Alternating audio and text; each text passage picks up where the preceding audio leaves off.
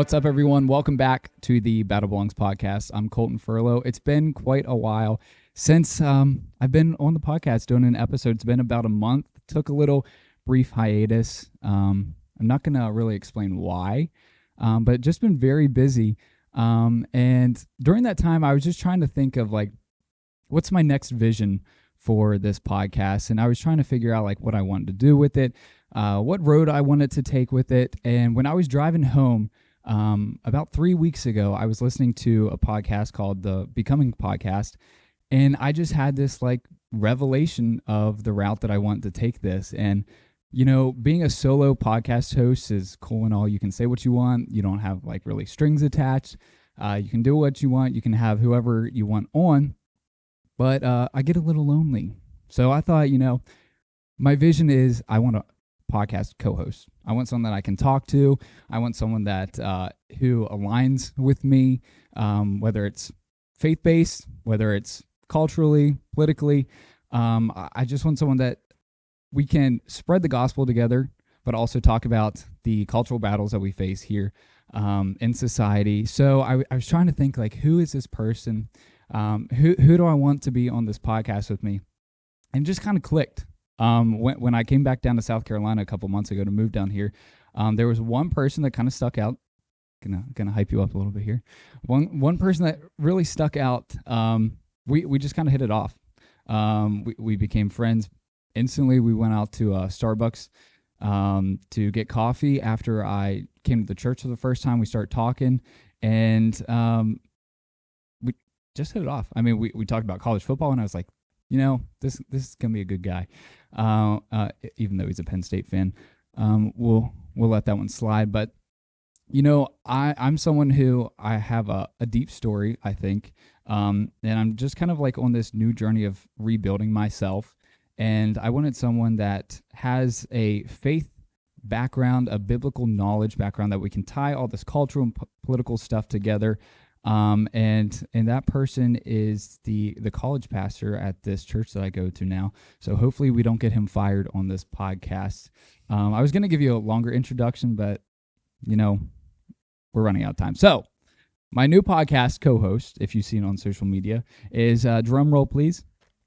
The crowd. Thank you. Mr. PJ Cuba.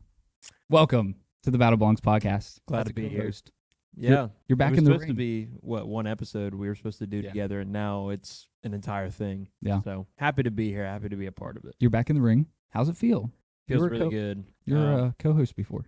Yeah. So we had me and the worship pastor here, Noah Roach. We had an old podcast that we honestly just did for fun. It was not anything special. What was it called? The Bible Vibes. Bible Vibes. I think we should bring it back for an episode. Yeah. Honestly, Noah would be great to have on here. And by the way, you said the Becoming Podcast, Becoming Something. Oh. With JP Pokluda. Shout out to Becoming Something Podcast. Shout out to them. I think it was Eden. She's back here. She's our live audience. She's the one who told me to listen to that episode. And I was just like listening, like, I think one of the main points of that podcast was like every day you should be living a ministry. It's like, I was trying to figure out like what I want to do. Yep. I still try to figure out what I want to do with my life. And I was like, you know, social media is it. Like a podcast. I love it. I love talking. I like expressing my opinions because I have a lot to say. They're very hot takes. But it just kind of clicked. Like that's the route I want to take this podcast. So I think like you're going to be the good balance. Yeah. For me. Well, I think, you know, my biggest joy in this is the understanding that I think you just said it yourself, like every single young adult is trying to discover that purpose. They're like, what am I supposed to do with my life? Am I called to the mission field? Am I called to sit behind a desk for the 9 to 5? But ultimately the purpose in the Christian life is to glorify God, whether we eat or drink or whatever we do. And I think people forget that part, whatever we do, including in this podcast, like it's to bring glory to Jesus. And so, you know, that is going to be the highlight, I think, that I'm excited to bring. Yeah, so I'm very excited to start this back up. We're not going to have a hiatus anymore. I think we have enough people surrounded us now that like if we need to take a day off or something or a week off, we can have people fill in.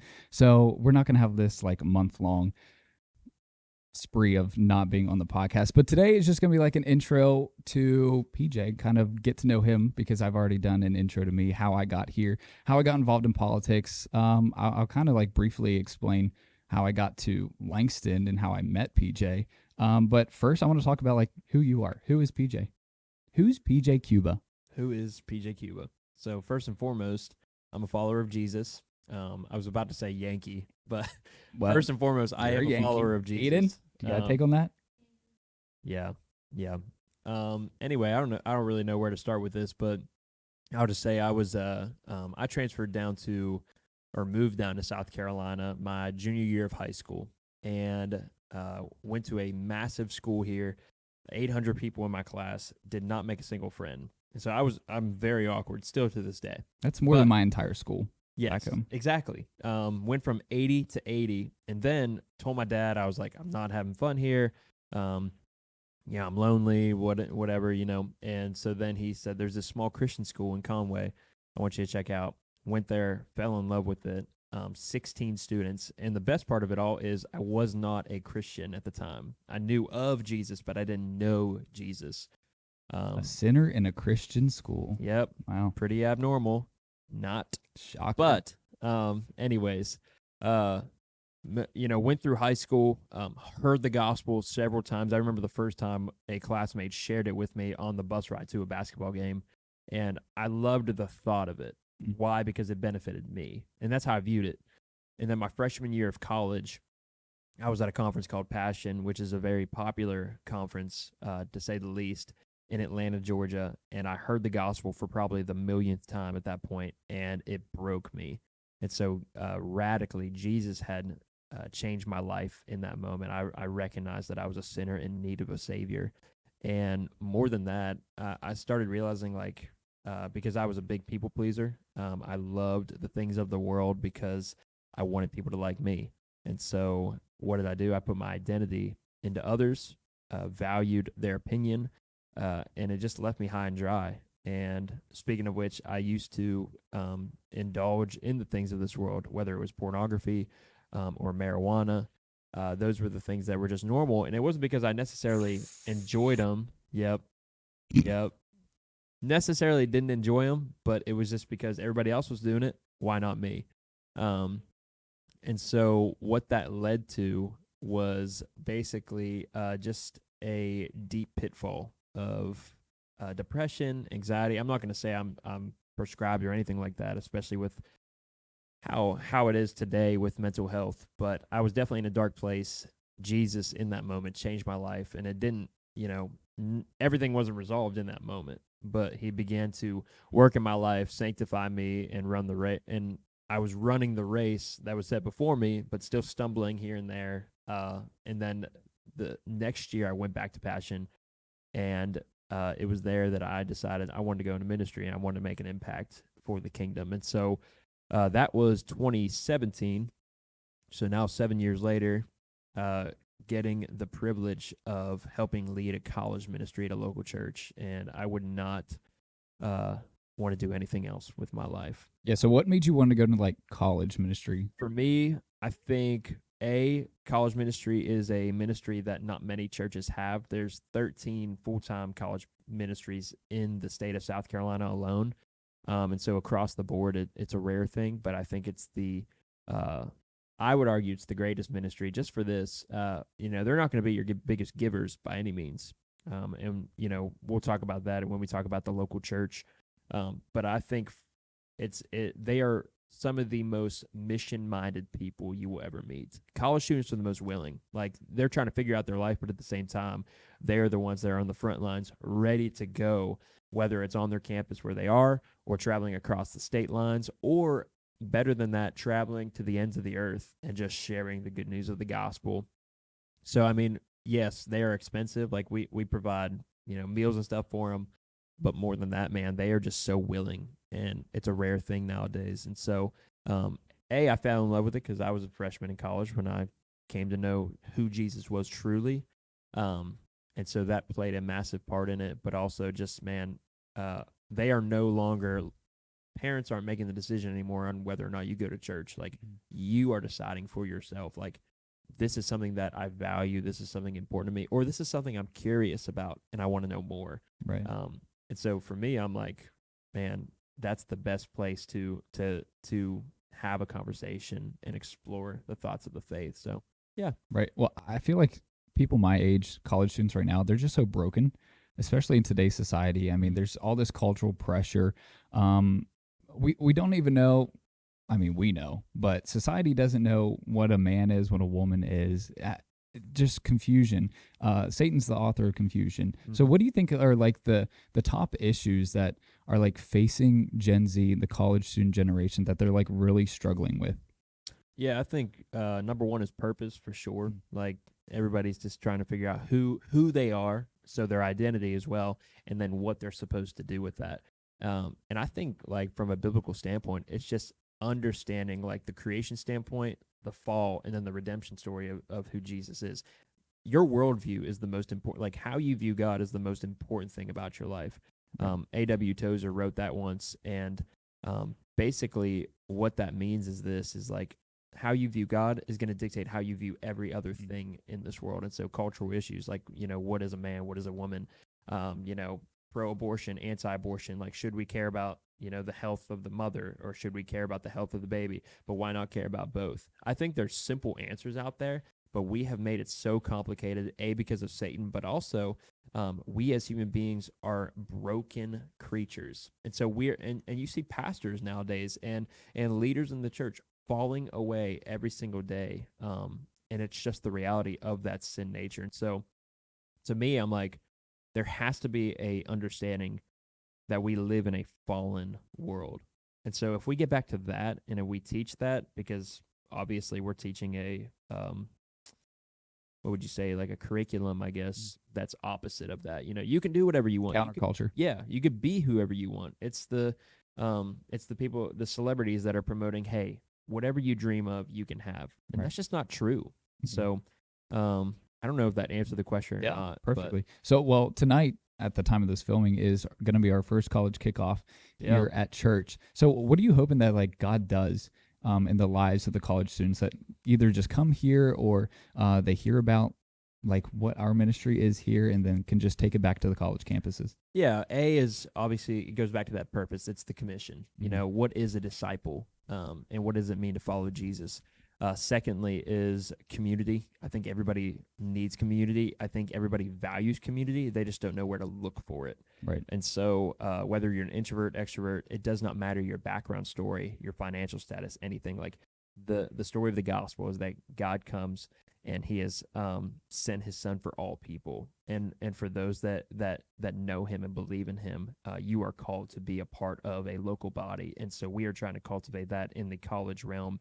And then finally, the invitation is rather countercultural. It's kind of like, hey, come dine with us, like come share meals, come live life with us, but also come die with us, because that's the cost to follow Jesus, is to lose your own life. And in losing your own life, you ultimately find what true life really is in Jesus. I like that. Okay, so before we talk about like how we met, how I got to Langston, because I don't think I've shared that story yet on the podcast. What is your message to like college students, especially around here in the Conway area at Coastal or Tech, who have heard of this Jesus dude, who's heard of God, but don't really know who they are, but they're kind of interested. Last night we were at that BCM thing, and David said something along the lines of, "You can belong before you believe." And I thought that was just so perfect. So, like, what's your message to the people who are a little interested but are like scared to, see what it's about? Yeah. Taste and see. Come and taste and see for yourself. I think that it's easy to kind of believe in, hey, my mom and dad believed, so I go to church. But for you to fully grasp the understanding, it starts with your own self, your own soul. So are you willing? Because all of us, I think, lay something on the altar, whether it's in Christianity or anything else in this world. And so what are you giving your life to? My invitation is this, man: come and see for yourself, and then meet Jesus for yourself. And in that, you find true life again. I posted something earlier that one of my a mentor of mine shared. and it said, somebody's story of salvation can simply start with the question, "Hey, will you come with me to midweek?" And that's what midweek is. It's just a weekly service that happens on Wednesday nights here at Langston specifically. But I thought, man, what could be more true? Like, the invitation is this: come and see for yourself. Right. And you don't have to have it all together. You don't have to be the deepest theologian. Me. Yeah. That's why you're here. Taste and see, man. Oh, trust me, like, I've got a lot to learn, but that's sanctification. Like, we are growing in the knowledge and understanding and becoming more like Jesus. And then when we get to glory, we are with him for all of eternity. And that is something to grasp now. Yeah, well, midweek. So my first time here at Langston was a Wednesday night, but I didn't go to like the midweek thing. I didn't know anything about it. I'll tell y'all the story of how I got to Langston next week when we have Eden on the podcast, because we're going to be talking about going back to school and like the importance of like being a Christian like on the campus and talk about that. So, but basically the first time I came here was a Wednesday night, and I was just like worshiping. I never used to like throw my hands up in the air. I was at a concert back home one time. I was at a fair concert. It was a Christian concert. It was Jordan Feliz. And he asked everyone to put his hands up once, like mid-song. And I was sitting with my friends, and they all put their hands up. And I looked at them, and I was like, I'm a Baptist. I don't do that. So I just stood there with like my hands in my lap. But I was worshiping, and I had my hands up, I guess. And I felt this like tap on my shoulder. And I turned around, and it's this older guy. I'm like, hello? He's like, who are you? I was like, who are you? I was like, oh, I'm Coleton. And he was like, I've never seen you here before. It's like, yeah, it's my first time here. He says, well, I'm Bruce. I'm Pastor Bruce. Oh, yeah. So then he was like, well, I have a question for you, but like, I feel like I already know the answer. He was like, do you like have a relationship with Jesus? And I was like, yes. And he was like, well, I could tell by the way that you were worshiping. I was like, thank you? ?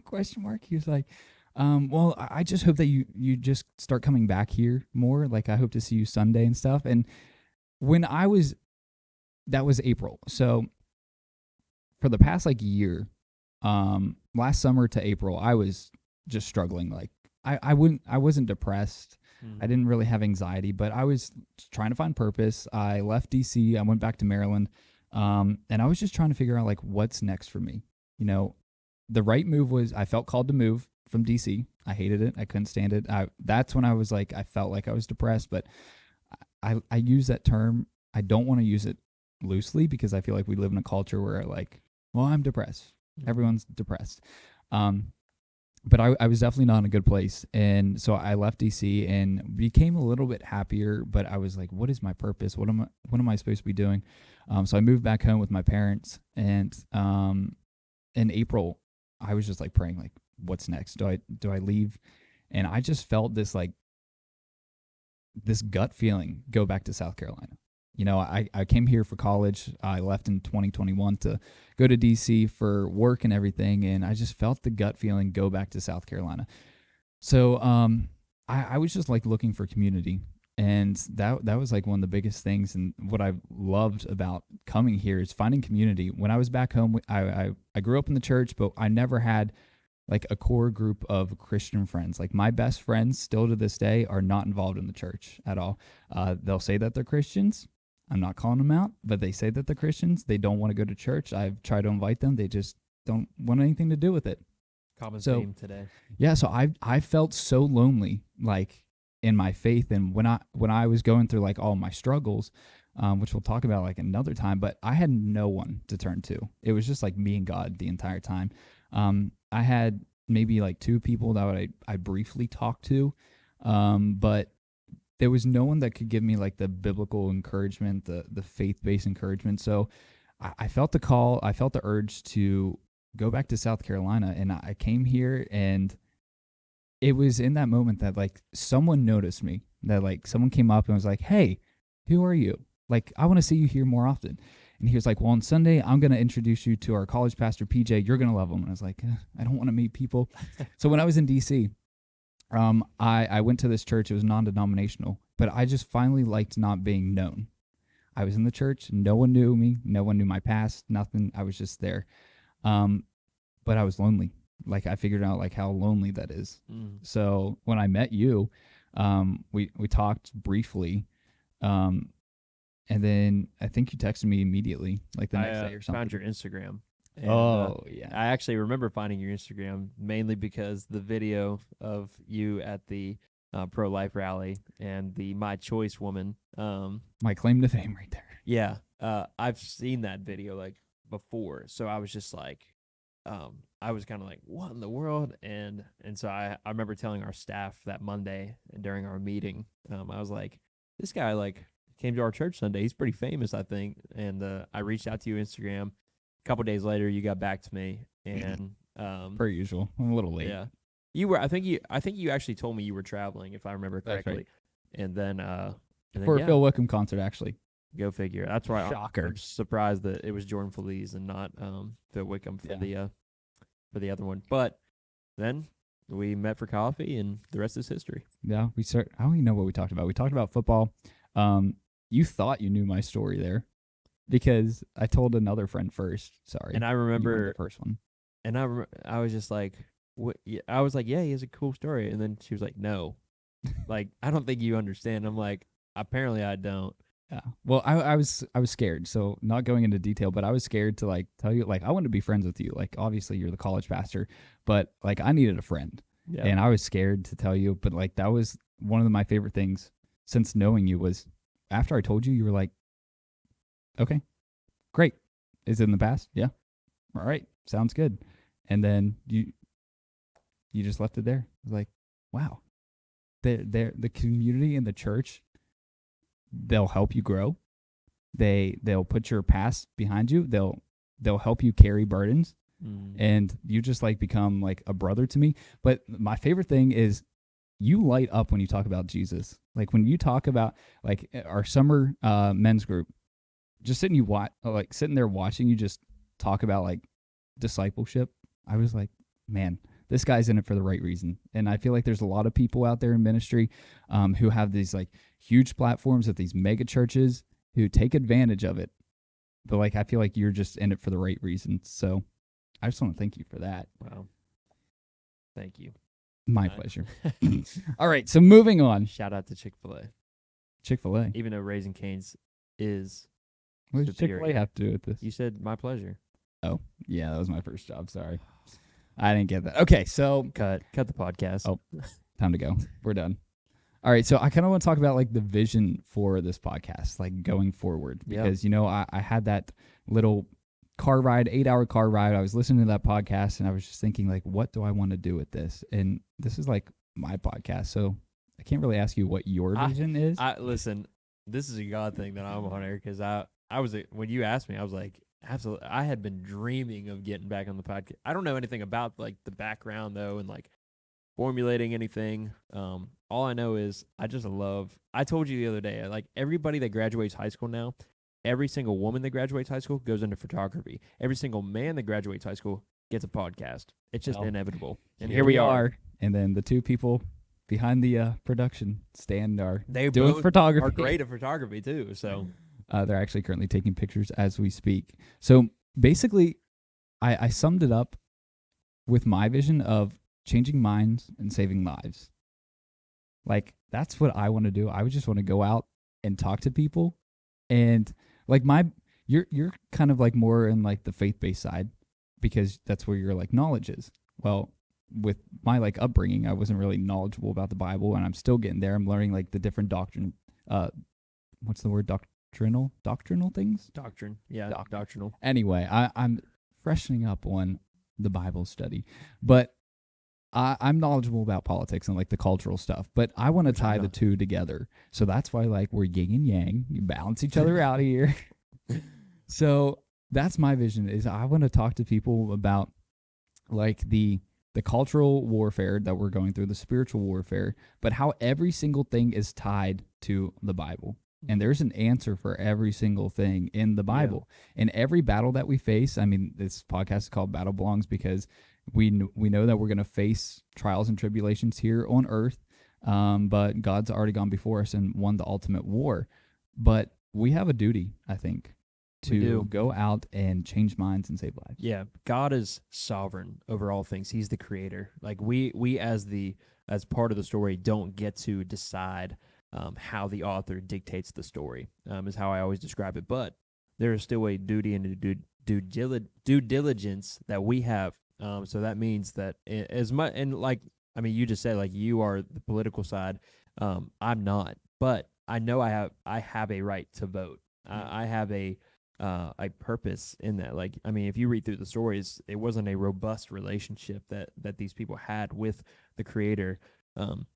They knew Jesus hands on, and there was still action. He called them to something. The Great Commission is literally to go out and make disciples, and so there's action steps that we have to take in all areas, and we trust at the end of the day in God and His will for all of creation, but understand too that we live in a broken world, and so that's the story of the gospel, though, that no matter how broken the world is, and everybody asks the question, why do bad things happen to good people? No one in this world, no matter how great you think you are, is morally good apart from Jesus, who was the perfect person, paid the price that we deserved, died the death that we deserved, and now, if you believe in Him, you are considered righteous. And so, yes, there's a purpose in that, and we should be faithful to fulfill it. That's a good answer to that question, because my dad always asked me that question of why does God let bad things happen to good people? It's a popular question. And I would always just be like, well, I feel like, when people go through trials and tribulations, like, you're clinging to God at that point. Like, I've never felt closer in a sense to God than when I'm broken. Mm-hmm. Because when everything's going happy-go-lucky, like, you're just going through the motions at times. But like when you're in turmoil, like, I am bawling my eyes out, blasting Battle Belongs for 8 hours on a car ride, and just praying straight to God. Well, Psalm 23 is like, everybody knows it, but not everybody understands it. And so it doesn't say that He's going to take you around the valley, over the valley. It says through the valley. But the promise is, hey, I'm with you. Right. And again, Christianity is not this man, come and experience all this love and peace and joy. Like, those are things that we do experience, but at the same time, you are dying to yourself, which Right. I think pride is something we all possess in a broken world, but all of us have it in some way, form, or fashion. And so what does it look like to put that away and truly, truly follow Jesus? I mean, there's constant examples through Scripture, but also Isaiah in the Old Testament, man, I love his approach. He's like, I'm a man of unclean lips, I'm broken. And then a few verses later, God is saying, whom shall I send to this people that don't know me? And Isaiah, ecstatically, here I am, Lord, send me. And that should be the mentality of every Christian. Yeah, well, a few weeks ago, I went to that Believer Summit by Turning Point down in Florida. That was their theme, is here I am. And it was there what I was thinking about, what am I going to do about the whole podcast vision? I'm like, here I am, use me in whatever way you want. So I'm just thankful to just being the college ministry. And yesterday we went out to Coastal Carolina University. Was it yesterday? Monday. Are you talking about OK Day? Yes. Yeah. OK Day. And we got to minister to people. Bryce started doing Man on the Street. Bryce is praying over people. Shout out. I loved it. And I got to talk to the Planned Parenthood organization on campus. So take a look at that. Hello. Hello. How are you? Doing good. How are you? Good. What's your name? My name is Aspen. What's your Aspen. name? I like it. Colton. I just want to ask you a quick question, if that's okay. Okay. So I just talked to the pro-life booth over there, and I was just getting their take on why they're pro-life and everything. Okay. So I just kind of want to get your take on why you're pro-abortion, pro-choice, whatever you want to call it, things like that. So I grew up in a very heavily religious family. My father was a pastor, his father before him, and both of my mom's parents were missionaries. I grew up going to church, and the community in which I grew up in very much advocated against letting people have the decision about what they want to do with their bodies. And my father was arrested in 2020 for being a pedophile, so I haven't been to church since. I am pro-choice because I believe that it is important for people to have options.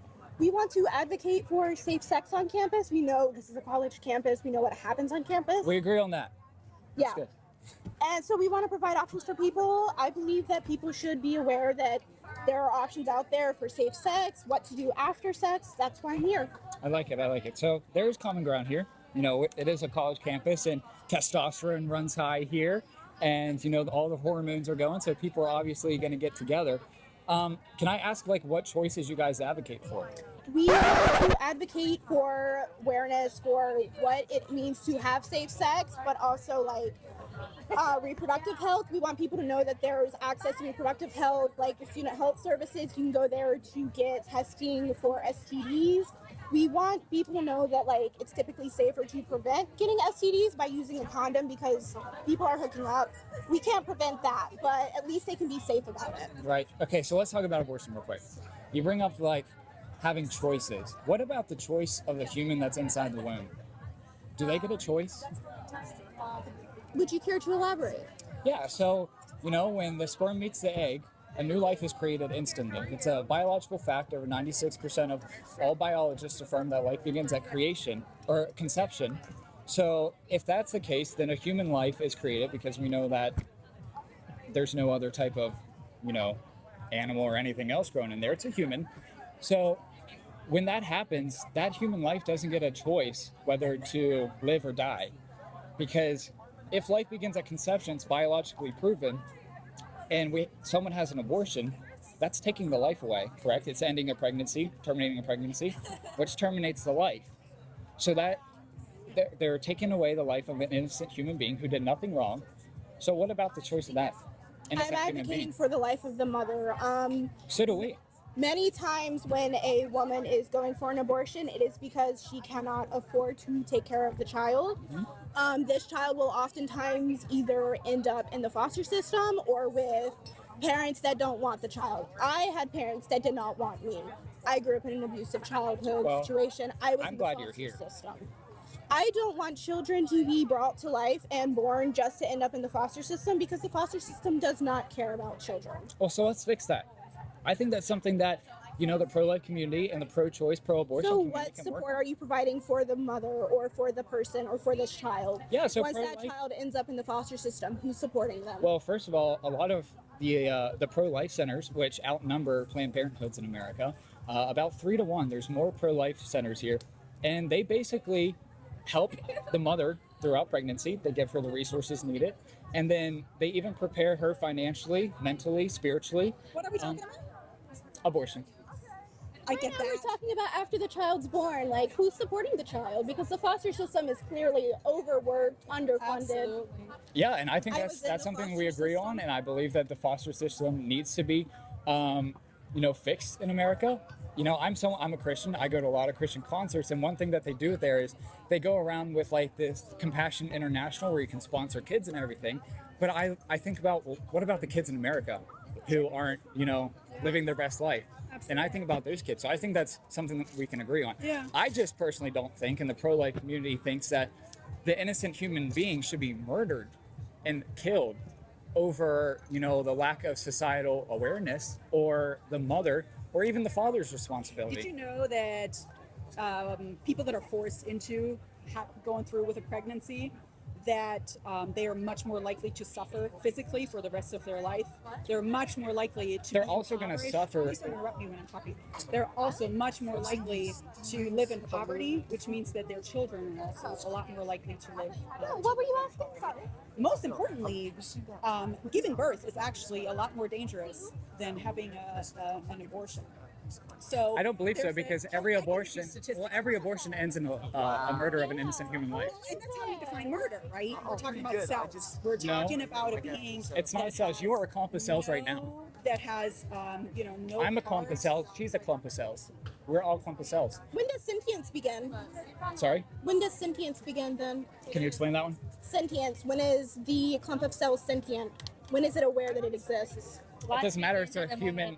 Yes, when sperm meets egg, that's when life And begins. that's So it's not like- a scientific. 96% of biologists affirm this. Princeton has done That that. is Chicago Medical not School. True. Chicago Medical School, You know Princeton. what we can do? You can send me. I'm Ina. I'm the director of Women's and Cool. Gender Studies, Nice the to meet you. advisor for the Planned Parenthood group. What you can do is you can send me those statistics, and then we can have another chat. I can show you right now. And then we can have. No, I need to run because I need to go to New Faculty. She's got Orientation. another meeting. But then we can have It's a quick Google search of Chicago Medical School, Princeton, Oxford. They all show that life begins at conception. It's a biological fact. That is just so not true. So and I when need does life everybody begin, in to your know opinion? that. When does life begin? Let me ask you this: are you an When does organ life begin? donor? When does? Yes, I'm getting to that. Are you an organ donor? I am. Fantastic. Do you think it should be mandatory that whenever somebody is brain dead, that their organs are being donated? No. So you are giving bodily autonomy To someone who is somebody essentially a vegetable. who is brain dead, but you're not giving bodily autonomy To a woman to that- a person. No, who I'm not needs giving- to know, who needs to make decisions about who is best informed about decisions to make. No, I'm not. What about the I'm- state behind? wait, Where's their hold voice? up. They don't ever get one. I'm not giving someone responsibility to take the life of another innocent human being who did nothing wrong. That baby didn't And choose to that do is anything. where we need to stop, because we are having a difference about when life But starts. I just told And you we I can show you. cannot- And you that's- said you had it and wrong. I You're can still tell here. you that is not the consensus. So of when the does life begin? community. I'm gonna have to go. When does life begin, ma'am? We'll talk about that in Ma'am. private. When It's I've a simple looked at answer. it. When does life begin? If you can't talk when life begins, you can't have an abortion discussion. Why is the life of a fetus more important than the It's life? not. They're equal. They're both It's not. equally important. We support them I both. just told you the statistics that show that the life of a person who is pregnant is being extremely negatively affected if they do not have the opportunities to get it. No, because every And that's every all. abortion ends in the Look up the the termination- study. every abortion ends in the termination It's of been a lovely human chatting. life. You're gonna email me. We're gonna stop this. I could have showed you by now that life begins at And I conception. gotta go. So See, this is what they always do. They want to debate. They try to come up with something, and then they just walk away when they're refuted. Can you please leave? I'm trying to educate people on sex ed and stuff, but you're trying to have a different discussion entirely. I just wanted to understand like your stance on abortion, and and I we couldn't can have get that discussion when it's not super hot and when we can be in a different space where you're not using I'm in the sun. our You're in the shade. our footage for whatever materials. So we're going to end this here. I'm going to ask you respectfully. So you're not going to tell me when life begins? I'm going to ask Do you you want a free respectfully condom? to step away from the table. Okay, so she is not answering when life begins because she can't, because life begins at conception. And if life begins at conception, anytime there is an abortion from the moment of conception to childbirth or even after childbirth in Planned Parenthood cases, that is murder. It ends an innocent human life every single time. So what did you think about that whole interaction regarding? I think it was a Planned great. Parenthood. I think it started off as a great approach. I think you approached the young lady there with kindness and just a simple question. Because again, like we can disagree and have a healthy conversation / argument. Mm-hmm. And then when Woman of the Year there stepped in and decided, hey, what are you doing here? Like, what's the issue? And I think that's the problem with the left is like they have their side, but they don't want to support their side when it comes to somebody that disagrees with them. And so her argument of like, well, life doesn't begin at conception, but I gotta go. Yeah. That says that all I need to know in itself. That's like me saying like, hey, Jesus is Lord. And somebody's like, what does that mean? I'm like, I gotta go. Like, You don't so, give like the explanation for it. yeah, it's like, here's a 3-circle sticker. Good luck. Right. Well, I think she knows the answer, and that's the thing. Like they know when life begins. Yeah. You can't argue that. They know exactly when it begins. But if they affirm that, and they what's the word? Not conform, but you give into it. You give into saying the answer, then their whole argument just falls apart, and that's like Yeah. the radical left every single. They're saying time. the right things to the right people group. Like the culture screams like, man, let's have like the marriage covenant. You could throw that into this equation. Like that's like, torn, like that's old news. Right. And so, free protection. You want to have all the fun without the responsibility, Right. then come and support us. And Mhm.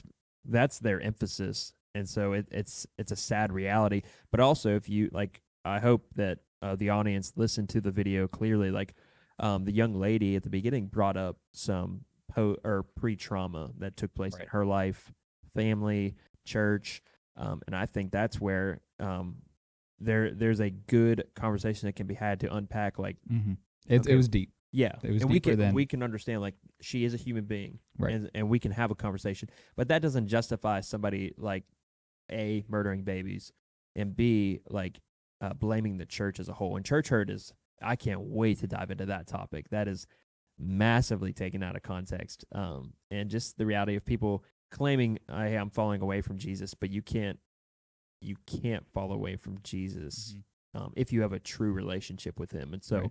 I'll save that for another day. But Okay. I think overall the conversation was healthy. Obviously, Until the advisor came in and yeah, she didn't have anything actually. She didn't have questions or answers. So no. And Yeah. these are the leaders on that side. Okay, so we're going to be talking about all those different cultural topics, those cultural issues that are really at the forefront of the political fight, the cultural fight, the spiritual fight here in America. And we're going to tie it all together from a faith-based perspective.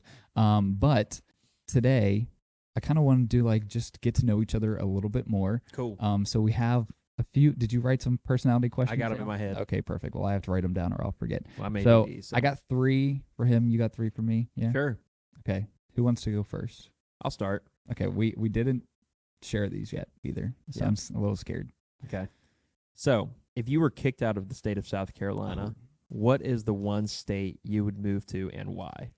West Virginia, number 1, because not only do I just love, WVU and everything, Mountains. but we are on the brink of probably so you'd be a possibly Yankee. like no, we are under.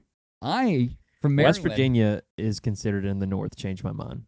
No, because it was part of Virginia originally, and they were in the South. They fought in the South. You can have a little And bit then more they argument. split them up and put one in the north and one in the south. No, you can have a little bit more argument with Maryland, but Maryland is still under the Mason-Dixon line, and I'm not a city person from Maryland. I'm from up in the mountains, in the I'll give you Appalachian this. Mountains. Playing, honestly, it doesn't matter as far as college football goes, but they're in the Big 12. All of those teams are Midwest. So Pathetic. now also like way out west too. So Utah, Arizona. But sorry.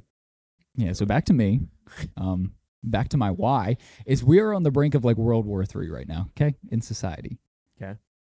And if there's by chance a civil war that breaks out because, tensions keep getting tighter and tighter and in America, I'm going to the mountains where I can build a fort in the mountains and be pretty safe. I mean, I got all the food I need with the animals. You got deer meat there. We got raccoons. We got bears to stay warm.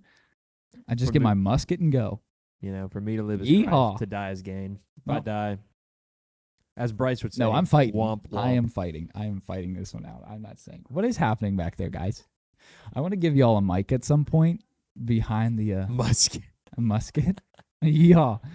Okay. Do you like that answer? I do. Where I would do. you go? I respect it.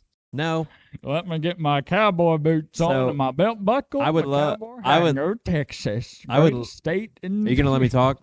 I would love to move to Texas, but I honestly can't give you an exact why. I just love the state. I think football there is. Oh yes, shout out to Conway Conway Nutrition sponsor the podcast. You're currently the unofficial drink of the Battle Belongs podcast, but you can be the official drink. We'll see you tonight. Yes, they will be here tonight. So if you're a college student, this isn't going to be out tonight. Nope, this is going So- out Friday. So Stop by Conway Nutrition come on your own next time. week. Come next week. Yeah, they won't be here, Oh, but but we will. yes, More we will. importantly, I would say Alabama, and I would say this one because not for Alabama, like not Roll Tide. There's a phenomenal church there that I love called Auburn Community Church, and I can easily conform to Auburn, like the culture there. I think the campus is beautiful. I think that the team I can get on board with, and Tigers. like here, I don't have a dog in the fight. I'm not a USC fan or a Clemson fan. I cheer for Coastal. My wife is a graduate from Clemson University, so we're she's sorry for her. yeah, she would argue that it's the greatest school, but and Auburn is a sister campus of Clemson, by the way. So the campuses are like almost identical, which is kind of wild. But I can get on board with Auburn. I hear the back I there. can and then Auburn Community Church. Shout out to them, Miles Fidel and their team. They're doing a phenomenal job. and just so many testimonies from there. So yeah. Interesting. Okay, so we'll both be in the South. Great. So my first question is, I hope I don't get you in trouble or fired, so be careful with your words here. What is one of your biggest pet peeves within the church? Wow. One of my biggest Eden pet Benton's peeves. my pet peeve in church. I think that I think just the reality of some people just showing up, and I'm speaking from a church perspective for the global church, like the entirety of the church, not just Langston Baptist Church. I think that a lot of people walk in here with a demeanor of like, hey, I'm ready to worship, like I'm giving it all to Jesus, but then when they walk out those doors, it's a complete alternative to their lifestyle. Like they are a Sunday morning Christian. Yeah. And there's a song out there, I think by Elevation Worship, I forget who wrote it. Don't quote me on it, but Monday Morning Faith, that I think we could get to. I think discipleship culture needs to be more of a emphasis. Like we're all about like, evangelism and sharing the gospel, but then what are the next steps? Like how are we helping people grow? Because that's when the war really starts. So I hope that kind of answers it, but stop being fake and start following Jesus for who he truly is. Come on now. Okay, next. Oh, my turn. So if you could only have one fast food chain for the rest of your life, what would it be and why? The Lord's Chicken. He blesses it every time. I will give you that. Like you got breakfast, you got lunch, and you got dinner. So, and the Sprite. McDonald's Sprite is probably top tier. Why is it spicy? I could drop my phone in McDonald's Sprite and it would start charging. That's how crispy it is. Electric. I do like it. But there's nothing at Chick-fil-A. Actually, I worked at Chick-fil-A, so I know the behind the scenes of Chick-fil-A. Don't you dare try to expose You get grilled chicken, right? Sometimes. It's just so gross. Like the process of... I don't care. At least if I haven't died from a McChicken yet, then I'm good. Yeah, you're wild for that. I'm waiting for you to eat a McRib. Never. That or a fish fillet. Gross. Okay, so if you had to trade places with a celebrity for a day, who would it be? Yeah, mine are pastors. Oh. I don't follow like celebrity. I'm not trying to sound holy. Worldly over here. I'm not trying to sound holy. It's just like I don't keep up with culture anymore. Like I always wonder, like, why are you the way that you are for some people? Oh my goodness. Yeah, but isn't this like this question's like contradictory, like to like what we believe? Because then I'm like, oh, I want to have what this person has. No, you just like. What do I want to do? I'll tell you mine. Okay. Mine would have been Phil Wickham. No, although I'd love to be able to sing like him. Donald Trump, but not to be Donald Trump. Just like what his daily life looks like? Like as he was president, because I want to know the secrets that the government is keeping from us. You think he has the answers? Like Area 51, 9/11, all the other conspiracy theories that I have that we'll take a deep dive into at some point. You know who I want to be for a day? I would want to be, and she's not a celebrity, I would want to be Ashley Newbert. She is a Samford student. I think you may have met Ashley. She is one of the godliest women I know. Like, I have a Mount Rushmore of pastors and men of faith that have impacted my life personally. And then I was like, well, I'm going to make a Mount Rushmore of women that have impacted my life. And so you're not sexist. That's good. Yeah. Women can't be pastors, though. That's a conversation for another day. But Ashley Newbert is somebody that just genuinely loves Jesus. And so I respect her in so many ways. She's younger than me, but I look up to her in that way. So good. I don't know why I would want to be her, but like I just like I didn't say be. I said trade places with for a day. All right. Well, there's your answer. I like it. Good. Next. Oh, okay. Me. Okay. What is one conspiracy theory you can buy into and why? Well, there's plenty that I can buy into. One person told me they were like Helen Keller was not real. I heard that. I mean, I don't really know much about that one. Wasn't she like the blind and deaf that wrote or she sang? Was phenomenal. But I don't really know. Okay, the moon landing, the first moon landing. I knew you were going to say that. Because like, why in 2024 can Walmart not pick up a clear image of a shoplifter coming out. But back in the 1960s, we had this beautiful, clear image of people on the moon. It doesn't make sense to me. I think it was a whole power move during the Cold War. He's not even paying attention, distracted, Sorry. ADHD. And I think it was a power move. One day when I get to glory, I don't even know if I'll be asking questions that I have answered. Oh, I have plenty of questions. Oh, that should have been one. Like, what would be your first question to God? The fact that why me? So there's your answer. Why me? Like, why am I chosen? Why? So that's Why do I be get an to? episode? Why do I get to be in it? Like, why me? Interesting. He's gonna be like, why you? Because of me. And I'll be like, okay. All right, see you. And I'll fall at his feet and worship. So Very nice. Well, if Phil Wickham's not leading worship in heaven, count me out. where are you gonna go? Count me out. I don't See know. you later. Just kidding. Okay, so what's one worldly thing you can't live without? We all know the answer to this. NCAA. College football, not the video game. Oh, just college Yeah, I football think itself. caffeine would be number 2. Which I think that might be a hot topic. Like, caffeine is addictive. There are things in there, and so then the question is raised, like, is it a sin? I think. Anything Like if you were relying on it. yes, Yeah. But I know someone who's like, I need caffeine. As she's taking a sip right now. caffeine in college football. Caffeine in college football. Yeah, I would tie those two together. But college football, my dad has been a coach his entire life. I was never, the football player type, but I love the game. I absolutely love the game. And so I've grown up around it. My first game I ever watched was Boise State.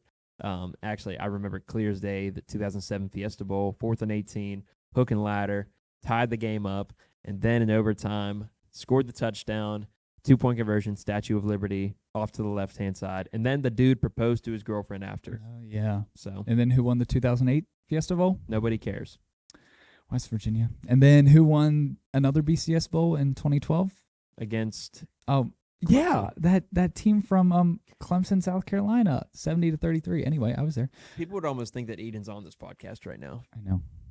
Well, we don't want a woman as a co-host. Sorry. She'll be on it next week, won't she? No, not as a co-host, as a guest. She's gonna be a guest host at some point when I'm like, I don't have the energy to do this, and you'll probably be on vacation somewhere. Okay, so speaking of college football, every week at the end of the episode, we're gonna talk about college football because it's something we're both passionate about. We love it. We're going on a trip next week. He's gonna watch Penn State lose for the 3rd time in person in Morgantown. Against West Virginia. We're bringing our friend Garrett. He's never been to a college football game that he can remember because he was a care child. for college football, which I totally understand. I hope he doesn't fall into the cult that we're in, but he might. Sure. And if he does, then glory. I think it's a good game to take him to. Oh, absolutely. I told my friends that are down here right now, their dad, they're all Penn State fans, but their dad was like, "Oh, that's a good one to take him to as a Christian for the first college football game." I'm like, well, yeah, Mountaineer Stadium. College football stadiums are not the best place for Christians to just hang out at anyway. we can film and we can evangelize. We can share the there. gospel. Yeah. Yeah. I'll You would talk probably argue. politics and you talk Jesus, and then Yeah. we'll bring them together. See, Amen. we're a great duo. Okay, so for this week, we are going to give our top 12 football playoff predictions. So we're going to do the first 4 in order as they would be. When does it come out? December when they come out. So the first 4 are the 4 highest ranked November conference champions. So you want to go first? Do your Yeah, top sure. 4 in order. Just my top 4. In order. All right. I've got Georgia at number 1. I don't know if they'll be like what everybody's making them out to be. I think the SEC is obviously the toughest conference this season, but Georgia is my number 1. Number 2 might be a hot take, but I've got Oregon winning the Big Ten, beating Ohio State, and taking the Big Ten title. Boo. Yeah. Number 3. That's just bias. You hate Ohio State because you can't beat them. Sorry. Continue. Number 3 out of the ACC, I've got Florida State. DJ is gonna Sorry. I know Clemson. And so, I know you hate this, but Virginia Tech is a No, sleeper team in the that- ACC. They're saying Crazy. I will buy into it. Crazy. I love the hot takes. And then number 4 out of the Big 12. I think there should be no surprise, but some people would argue Kansas State. I'm taking Utah. I think Cam Rising. It depends on how he plays after that injury, but we'll see. Those are my 4. No. Not the 4 best not teams so either. fast. Not so They are fast. not the 4 best teams. Those are the Right. 4 conference winners. So I got Georgia 1. I really hope not. I can't. What's that? What's that coming down the track? Anyway, number 1, Georgia, unfortunately. Number 2, Florida State.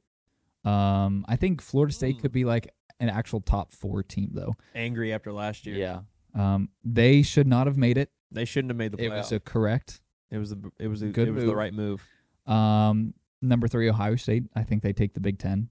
And number 4, Oklahoma State. Unfortunately, I can't stand them. I don't like any team from Oklahoma, but I think they're winning. I think West Virginia beats Oklahoma State, though, in Stillwater. And we might make it to the Big 12 championship, but we don't win. If you make it to West the Big 12 Virginia's not. title game, you might make the playoff. I don't know. We got to get through. As long as we beat Penn State or Pitt, especially Pitt, I'm fine. Okay, so the next 8, you don't have to go in order, just who you think they're going to be. So I wrestled with this one, and I could be totally wrong. I won't really be able to give you like my playoff prediction until like probably 3 or 4 weeks in. Ohio State, obviously. I mean, their schedule's a cakewalk this year. Besides, they play Penn State and Oregon. Yeah, cakewalk. At Happy Valley, and Penn State is going to upset Ohio State, claiming it now. Pray to God. Wrong. Ole Miss Wrong. is also a team I love. I like Lane Kiffin. I know a lot of people. The state of Tennessee hates him. Notre Dame, another cakewalk schedule. They should win out. If not, they should win 10 or 11. I've got Bama. Roll Tide. Not Roll Tide, but Bama's still Bama, no matter what people say. Penn State, I've got them in there. We always finish 10-2. We should make the playoff. James Franklin, though, is 3-22 against the top 10. So pretty sad record there. My group of 5 coming out of there, I wrestled with this one. It's going to be Boise State or Liberty. I think everybody's predicting Boise, but I hope I'm a graduate from Liberty University, so go Flames. We'll talk about that. Yeah, we'll say Liberty. And then I've got Missouri. Yeah. Again, I wrestled with these. Mizzou is they've got a lot of starters coming back. I think they have a shot at least winning 10 games in the Big 12 or the SEC. And then my hot take. Give me Kansas out of the Big 12, beating West Virginia, beating Oklahoma State, wrestling with Kansas State but upsetting them. Give me Kansas. Have you gone back to your old ways? I love hot Are you takes. high? That's crazy. No. Kansas? Did you have Kansas State in there No. at all? Nope. Wild. I know. I told you. My last, those What? picks are out there. But I think I'm skipping, Teach Reach Beach for the Kansas game? skipping a ministry opportunity to share the gospel to go to a football game. So there's the first problem. I'll share the gospel at the football game. That means Kansas is going to beat West Virginia, just an FYI. The last time they played there, they beat us. And they'll do it After again. we lost a Pitt. Okay. Won't he do it? Okay, so I got Oregon. I think they make the playoff. I don't think they're the conference Dylan Gabriel's champion. winning the Heisman, too.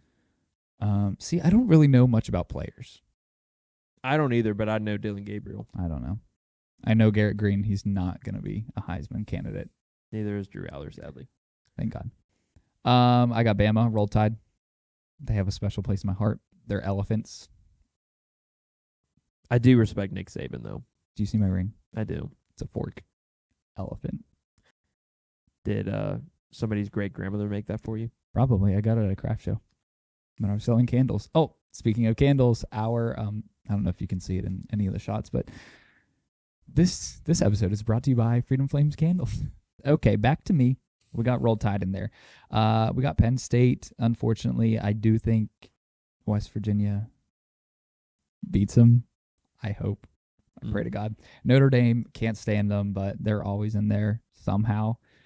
Kansas State, I think they're going to be runner-up in the conference. I got Ole Miss, Lane Kiffin, never go wrong there. Although I don't like Ole Miss because they changed their mascot to a shark because of the rebel cancel culture. Oh, I didn't know that. I didn't know that was the Yeah. reason. They're still the rebels, but it's a shark. Well, I always wrestle with Auburn too. I mean, they're the Tigers, but they War Eagle is their motto. Yeah. Like I know it's not cultural. It's just like I'm like, what is it? Well, like Tide and Elephant. I Yeah. don't really get that one I don't either. know. Tennessee. I think Tennessee just slips in. I have them at 12. I think they're the lowest seed. in. Rocky Top. And then my group of 5, I got Liberty. I have full faith and trust in my former alma mater's coach, Oh, Jamie Coach. Cadwell. Yeah. I love him. He's a man of God. Sad to see him leave, but glad he's at Liberty. Yeah. So those are mine. I'd like to see West Virginia just Creep in. make it. Yeah, and again, I know nothing right now. Haven't kept up with the recruiting or the spring games or anything like that. I am just basing this off of some predictions and some analysis. But I'm excited. I'm just glad college football's back. And today, waking up, it was like 60 degrees out. I was like, wow. Down here, This is though, nice. that's just a tease. Yeah. You don't get that. It's going to be 84 next week. at November, the you game. might get some like fallish weather. Yeah, that's the only thing I miss from home is the weather. But at the game next week, it's going to be 84 degrees.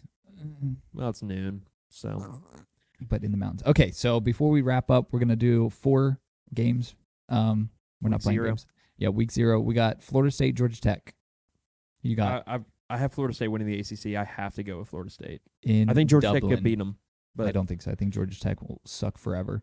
I got Florida State as well. Huge game here, Montana State and New Mexico. Man, I got the Lobos. yeah, give me the Lobos. SMU and Nevada. People think SMU is going to be a They're a- contender in the ACC. Yeah. No way. I'm going SMU though. Yeah. Well, it's at Nevada. Okay, That could be. they haven't been good They're usually an since upset. Kaepernick being there. Okay. Well, I pick SMU. As well. So Delaware State and Hawaii. This is a 11:59 That's a barn burner. p.m. kickoff Eastern time. Guess who will be watching it? Well, I was gonna say we were gonna say go to your house to watch it, but you're gonna be in Pennsylvania. Oh my gosh! And then I have to get up. You have to get up that early. You're not. Yeah, I watching gotta that be at the game. airport at 5 a.m. You won't be watching that game I might not. unless you sleep. just stay up. Yeah. Okay, so do you have Hawaii? I got Hawaii. Delaware State played West Virginia once. Their band was late. Perfect timing. Sad dude. Keith thought you just walked in. Okay, so that wraps it up for episode number 1 of season 2 of the Battle Belongs podcast. We're going to be back next week with producer Eden Benton. She's going to be on talking about, from a girl's perspective, going back to school as a Christian, all the battles that we go through on campus, and we'll be giving the guys' perspective. Any last words, Mr. PJ Cuba? Wow. Go and make disciples. Very inspiring. All right, thanks for tuning in. We'll see you next week.